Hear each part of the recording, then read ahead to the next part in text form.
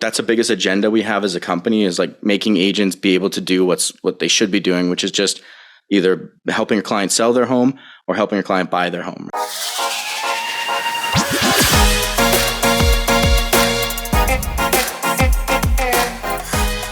Hello, welcome to episode 171 of the Smart Agents Podcast. As always, my name is Michael Walter, and I'll be your host.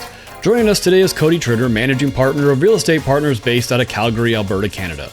Closing more than 500 transactions a year, Real Estate Partners is on the cutting edge of digital marketing and lead generation. For Cody, the marketing side of the industry is where he thrives, building powerful campaigns and implementing systems to convert leads into clients. His goal is to provide the agents on his team with everything they need to simply focus on providing their buyers and sellers with unmatched service. Throughout our conversation, Cody shares some of the tactics he uses to generate leads, why he believes employing local ISAs is vital to the team's success, and how artificial intelligence is beginning to impact his marketing efforts. But before we get on to today's featured interview, the all-new Smart Agents magazine has launched and is full of insights and strategies designed to help real estate agents grow their businesses. Inside, you will find interviews and advice from leading real estate professionals, marketing tips to flood your business with leads, and even swipe and deploy files full of practical tools to enhance your business. Subscribe now to receive your copy of the printed magazine each month and instantly get access to our online agent community and members-only templates. Click the link in the episode description or go to smartagents.com/magazine. Also, if you enjoy this conversation, be sure to like and subscribe. The Smart Agents podcast streams on all major podcasting platforms such as Apple Podcasts, Google Podcasts, Spotify, Amazon, and of course, YouTube. And finally, if you or someone else on your team has an incredible story or real estate tips to share with our community, send us a message at feedback@smartagents.com. We're always on the lookout for new stories to share. All right, let's get on to today's featured interview with Cody Tritter. If you're interested in hearing more from Cody, I've included links to his social profiles in the episode description. Really, the way I like to start everything out is if you could just introduce yourself to us a little bit, where you're at and who you're with. Yeah. So my name's Cody. I'm with Real Broker, that's our brokerage. And then I run a team. We're called the Real Estate Partners, but that was the first name we kind of brought in. Our branding, though, our trademark is Rep YYC, and that's kind of what we're known for now. Mm-hmm. And that's probably where we'll go in the future as well as we expand out to other markets. You know, it works well. You know, the airport code there. Right. Yeah, I was about to ask you what that stood for. Yeah. So it'd be like, it may not work in some like Rep JFK. I don't know if people would do that, but in New York, but it works here. It works in like Toronto's YYZ. So there's a couple markets that we could do it in. Awesome. Very cool. So what was it that first got you interested in real estate? One of the first jobs I actually got out of high school was with a realtor, and I was kind of like his assistant. And I in that job, even I wore many hats. I was like, I did everything from like putting doorknobs on handles in the kitchen to like new marketing initiatives to calling FSBOs, which he had never even heard of. I was like online being like, hey man, like what if we call these people on Kijiji, which is like a Craigslist or I don't know what but like a marketplace out here and sorry, I'm in Calgary, Canada. And I said, what if we call these people on here that are like selling their homes privately and just seeing if we can spark a conversation? And then I started landing him listing presentations, and it was kind of a cool way to get into the industry. Unfortunately, like just worked out of his home and stuff like that, so it just wasn't a great place long term, but it was a way I got my feet wet. Did a bit of school, did a bit of the corporate world, and then just decided that, you know what, like the opportunities in real estate are kind of endless if you really treat it like a business. Right. So then what was it that, once you kind of realized that and wanted to get into it full time, what did you do and who did you kind of hook up with? Yeah, I was in a good space. Like my wife and I were I'd gotten out of the insurance industry. And the first foray into real estate, I kind of probably did what 90% of agents do in our marketplace, which is you just get licensed. You're kind of on your own little boat, just trying to figure out and navigate the waters. I tried to do it on my own for, I think I went 3 months as a solo agent and just wasted my time doing the silliest things. Like I think I spent over a month on just my website, like myname.com, building out community pages, doing all these things that I thought were going to be like, long-term, this is going to pay off. Long-term, this is going to be a good, right? Not focusing on like building a pipeline, which is what I should have been doing right off the hop. And fortunately, a couple people that I had kind of onboarded to my brokerage with had joined a team in one of them and suggested, like, why don't you meet with my team lead and just get a taste of what they're doing? And it kind of opened my eyes up into a whole different space of the industry and how much the evolution of what a team could offer right then, which is going back 6 years ago now, was insane in comparison to what like the average agent was doing. So then kind of joining that team atmosphere, was that where you were really able to kind of dive into, the different marketing tactics and kind of the lead generation? Yeah. And it's funny because I think I lasted probably like 6 months on that team as a realtor. And then I ended up becoming their marketing guy and just started like growing the marketing side of it. And they were heavy into sync. They had generated a ton of leads. Like they'd just done an amazing job. But a lot of everything that they were doing that I saw was just like plug and play solutions. Like they would just connect with this people, plug it in, play, and a lot of it was good to go. And the room for improvement was just astronomical, right? And I could just see that like and investing, like, I mean, like if you put 40, 60 hours of work a week into a real estate business, the ROI is massive. If you're doing it right? If you're listening to the right people, catering it to what, suits you as a person kind of thing. Yeah, absolutely. So kind of, really taking off into the marketing space, what was it that, you were doing specifically and some of the things that you saw that could, bring improvement that really kind of exploded the team and got you to the success that you guys started having?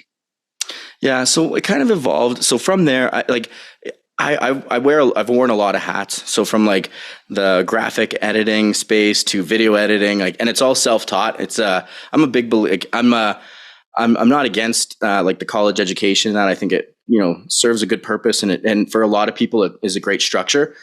But the amount you can learn of just hard skill or like skills on YouTube, and not just YouTube, but like just paid even coaching programs, I think can serve people a lot further than they really know. And so like just started building those marketing skills, stacking them.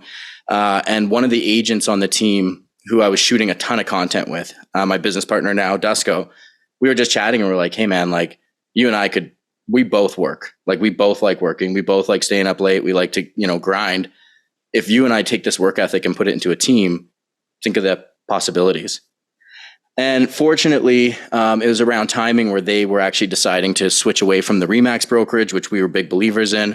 And they just, they wanted to go and do their own brokerage. And it was kind of it was a position where it was like, hey, like I'm now going into I have two different options, which neither of them are really guaranteed. So like, if I'm going to go all in on something, I'm going to go into a path that's going to be my own.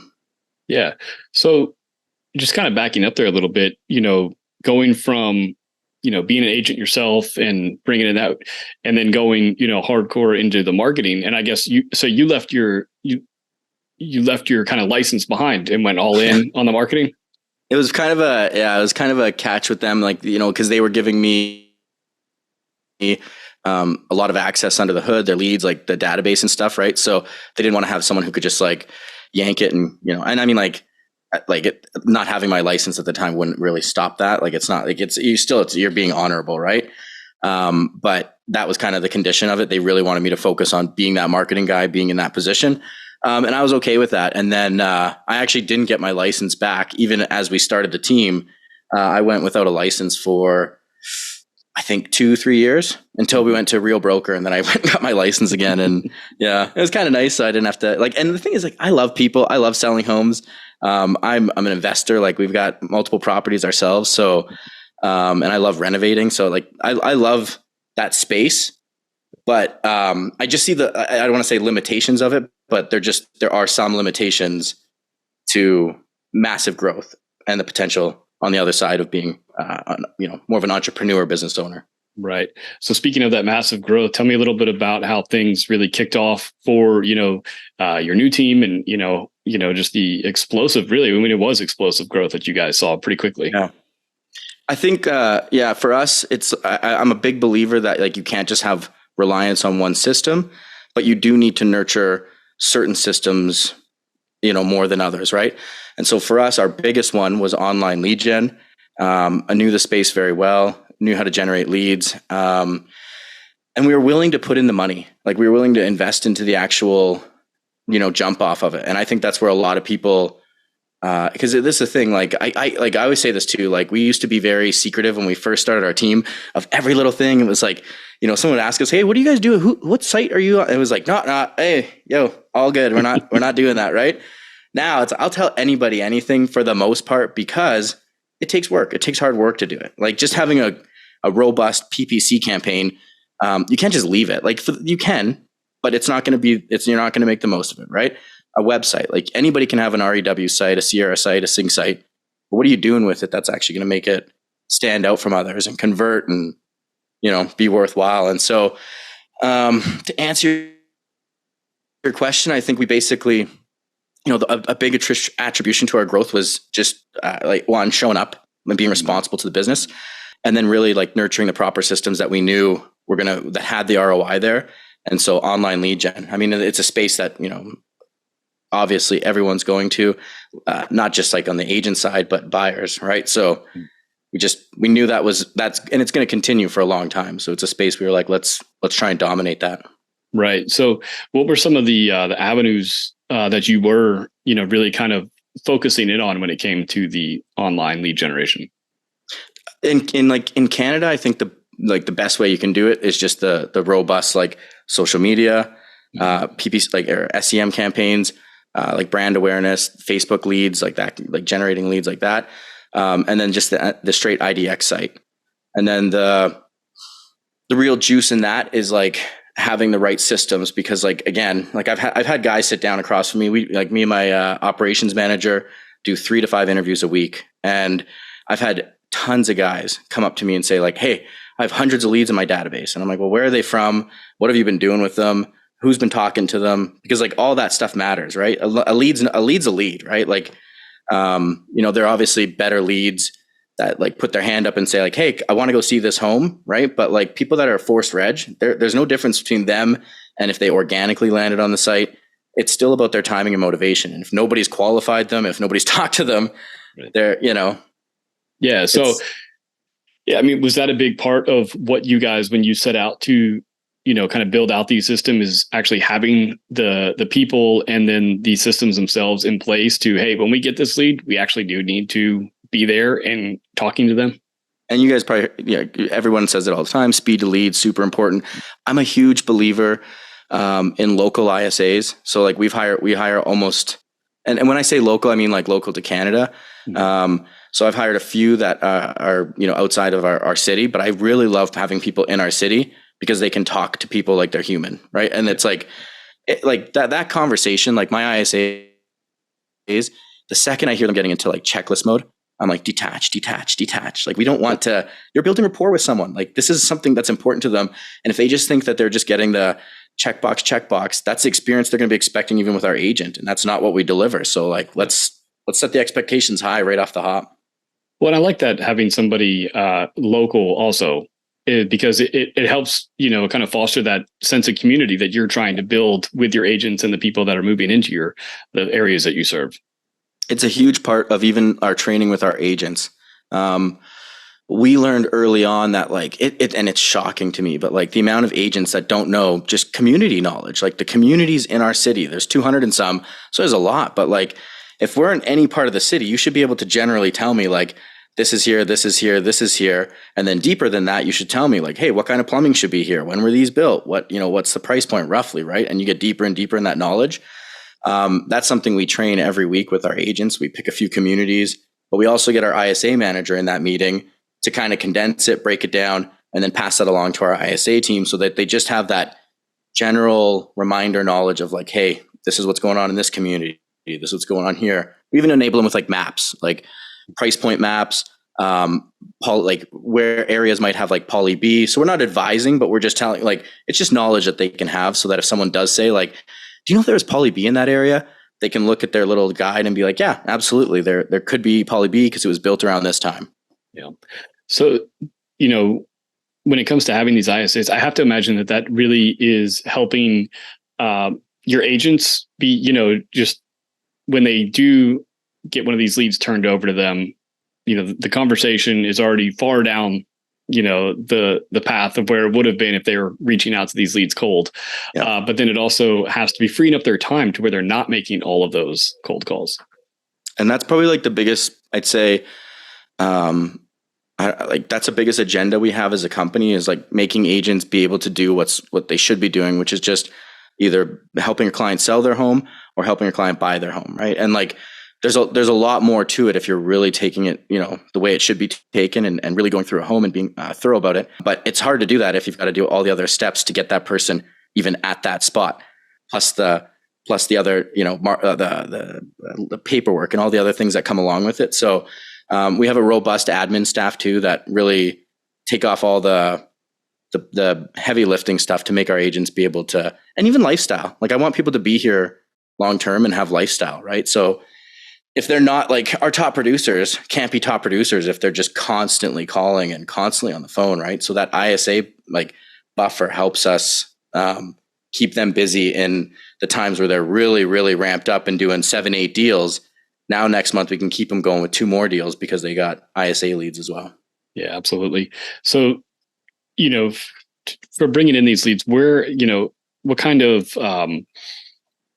specific, there are specific marketing campaigns that you found work better than others, or do you really kind of try to have a across the board approach to where you're getting people wherever they might be coming in? I'd say like if there was like a one trick pony, you know what I mean? It would be great. I'd say like PPC itself in general is a great model if you can stomach it and if you can really nurture it the right way. The ROI is there, but for us, it's a broad approach. Like it's a very broad and a constantly evolving approach. Like every week, every 2 weeks, I'm in our PPC campaign, trying something new, trying a new set of like maybe community specific things, or we've even done things that are like current events. So if people are looking up like something in a community, we're really trying to hammer that AdWords of like, hey, this is like, a cool event going on in this community. Well, I'm going to throw up an ad on there and try and see if we can leverage some of the interest in the city and the buzz about it by putting PPC on it, kind of thing. Right. Well, and that goes back to what you were saying, is you can't just set it there and forget about it. You really have to be involved and constantly tweaking and kind of turning the levers of those PPC campaigns. Yeah. Yeah. And admittedly, like we don't even do it all ourselves. I have, because we run, it's one of our other approaches that I actually am really happy we did. And I think it has added some complexities to our whole operation. But from the onset, we had a roof site, we had a Sierra site, and a Sync site. And now we've got even more than that. We've got Chime, we've got all the, right? But I'm a big believer in actually just testing out and piloting all these other platforms and having them run, different things against each other, testing them that way, right? So for example, even like we have a luxury site, Calgary Luxury Real Estate.com. That site is, all my PPC is very specific to luxury stuff, luxury campaigns. It's actually a nice way to kind of keep it separate even from our Sync site where we drive more of our general traffic, right? Right. And what was it, that made you want to go that route? Because I know like bringing in all those different things can be really overwhelming, but I really like the idea of testing, having those platforms to test things out to where it's not all your eggs in one basket. Yeah. And that's a lesson I learned being on the marketing side before I got the team going, is that like I'll say this to everybody, like software as a service, do not trust it. Don't. And my biggest example right now that I'll give you two, Google and Dropbox both offered unlimited storage. Google offered it for $10 a month, went to 15, and then they pulled it. And now it's like, if you wanted to have it, it's like $200 a month with multiple users, right? Dropbox just did the same thing. I had 3 users, and it's like, you can't depend on one service to be your be all end all. So if you don't have hardware backups of those, right? And now that's probably where we're going to go, is just local area storage, because we're like, these cloud guys are killing us. Like we're willing to pay for it and they're just stripping it back. And the same with the websites, right? Like, I'll say this is folklore I'll create, but REW was the SEO company for real estate websites, let's say 8 years ago. And they still are in a lot of ways, right? But they had such a stranglehold on the market. And then when they flipped off their barber, this is my theory, this isn't fact, disclaimer, this is just my theory on, So when they flipped off the Barbara Corcoran theme and went to a new one, I don't think Google liked it as much as the old themes did, right?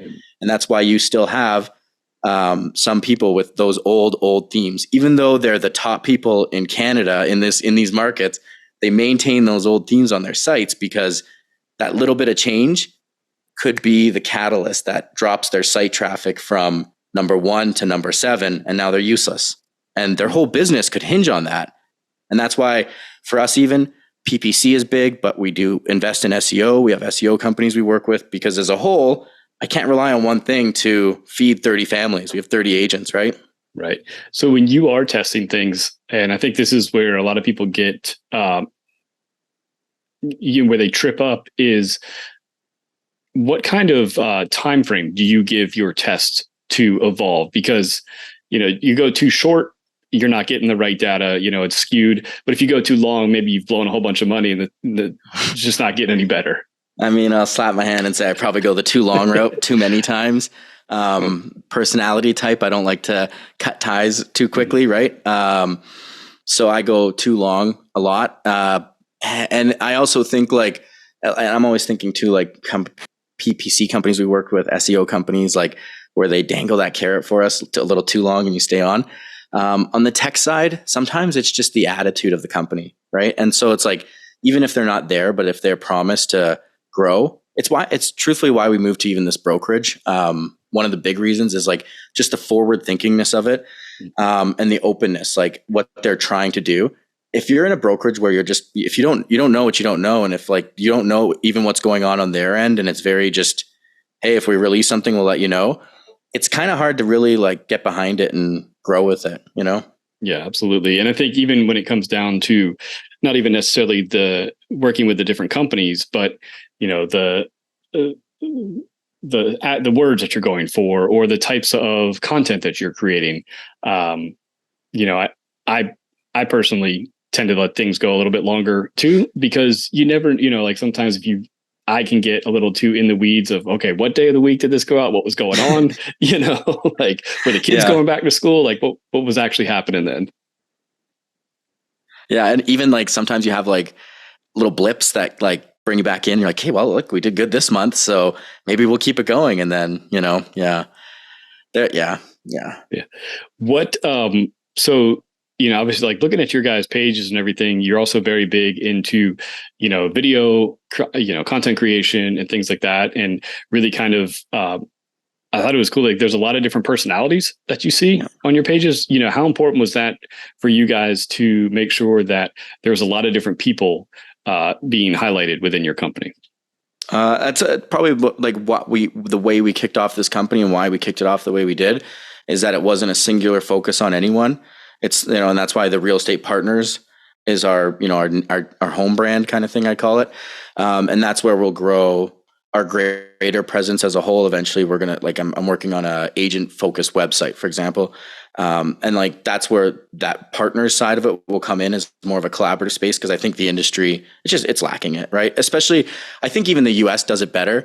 Canada, we're starting to get more on board as the cloud-based brokerages, but I'm limited in my purview of it, but I just say that the sharingness of the industry, collaborativeness could be better. Yeah, absolutely.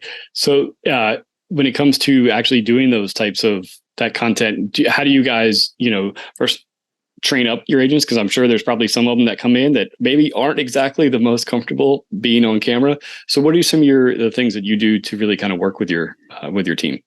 Yeah, on the content side, we don't do a ton of most of our training with our agents is technical, liabilities, script training, that kind of stuff.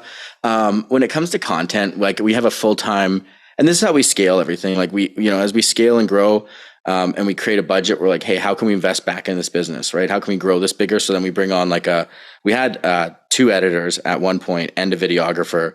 And we just found that for us, even as a company, to manage that many people, it's we were getting stretched a little thin, and then the output just wasn't there. But I'd say for agents, it's just act natural. I think there is a great way to go the Brad McCallum route where you absolutely, and he's in our market, so I'm sure you know him, right? He puts on production like crazy, and that's his avenue, right? I think there's space for us to get to that level of production one day. But for us, like as a whole and the scalability of it, it's tough, right? Because like I don't think he does it as much anymore, but I know in like his past videos, like he's putting a week into that video of like production and editing and all that. And it's like, we can't do that, right? We have, like, and if our agents ever want to take that kind of stuff on, like our agents will sometimes come to us and say like, hey, this builder, I have an opportunity with them. So we'll support them with as much marketing and other support from the team as we can. Like we're really big on the graphics and material and that stuff to like guides so that when they land in, they're going in with a nice presentation, they're looking professional. But then we let them run that project. We don't want to be involved in every single element of it. We just want to make sure our brand's protected, good messaging is going out, but they can, run that space. And that's how we can really grow and evolve as a business. Yeah. And you mentioned that brand, and again, you got it there on the mic, and I see it on the shirts and everything you got. How important was that for you guys to really make a conscious effort to, hey, this is us, and you're more than welcome to ask us questions about it. It's super important for us, and I don't even think it's where it's going to be long term. Like I don't think the brand even has the recognition we want it to in the city quite yet, but it's starting to get that, like, people are starting to see they're like, hey, and like, right. But for clients, it's super important because they're part of that like family. It's like, hey, you got the rep gear now, you got the hat, we have jerseys, like Calgary Flames jerseys. We do you can imagine like tons of branded stuff. It's just the reason we like it is because it's wearable, it's usable, and it represents our city, right? So it's like we're collaborative in our city, and we really like, we want to give back and support people, the communities in our city, charities in our city, and grow the bond of our city. And this is a great way to rep your city, right? Yeah, absolutely. I mean, I think it's really cool if you're, to be doing that, and it kind of shows that that community support. And I think, as a team, if you're really going to kind of make a name for yourself within a certain community, showing that community pride, I think is really important. And long term too, like, I may want to move to Scottsdale one day and work abroad for, a few months and be able to just manage like the back end stuff, the leads, the ISA department, whatever. Right. And it's hard to pull back from that. If it's your name, it's your face, your everything. Right. And this allows us and this brokerage model too really allows us to, just the ability to plug people in under our operations manager, right? So we can provide him the financial support, the hiring support, the marketing, all the other systems in that. But all he has to do is train those people, nurture those people, and the downline can support that. Plus, we can support him with business. It's just a great model to be able to take care of everybody in your organization, healthily, right? Without having to be in sales yourself. Right. Absolutely. And one of the other things that you mentioned as something that you're really interested in talking about is artificial intelligence and how you guys are using that within your business. Yeah, it's crazy. It's a space that I think there's going to be. It's such a disruptor, and it's one of those that I think a lot of people, like myself, like have a hard time even wrapping your head around how far it's going to go. On the content side, I could go to Canva and in 20 minutes create 1,000 pieces of unique content of just reels with text and sliding images. And it's just all punched in through like Excel files and uploaded content, right? So there's just a ton of, I wrote a blog yesterday that was basically comedians as realtors. So like famous comedians, and if they were realtors, what they'd be saying to their clients as just like a joke blog, but like the cadence, the accuracy of the way that it wrote out these comedians, it was insane. And it was all real estate related too, right? So yeah, I don't know how it's going to evolve on the brokerage side, on the team side, in terms of, the automation and where that will go. But on the marketing front, it's going to really I hate saying it because I feel like it's something that we've invested so much into, but I feel like SEO space is going to be completely transformed, and we're not even there. Like with SEO, Justin Havers in our market, like he just dominates, right? Yeah. And we've been chasing him for a long time, and now seeing with the way that like content can just be created in a snap kind of thing, and manipulated and all that. I don't know where it's going to go, but there's certain segments of the market that we're not focusing as much on, and we're trying to tailor it. So our content creation now, I have a writer who was focusing more on community content. We've kind of wrapped that and gotten most of it covered. So now it's very more engaging local content that's going to actually like draw in visitors and viewers, and that people aren't looking at it going like, because like you can jump on a lot of sites right now in any market and just see the most generic base, like 800 word blog that's not really useful. They're just doing it to do it. But you can write a more like 2,500 word blog that's super comprehensive. That's like our best one, moving from Calgary to or Calgary versus Edmonton, right? A neighboring city. Great search, great term. And we just did a comprehensive guide of like comparing all the ins and outs of them, right?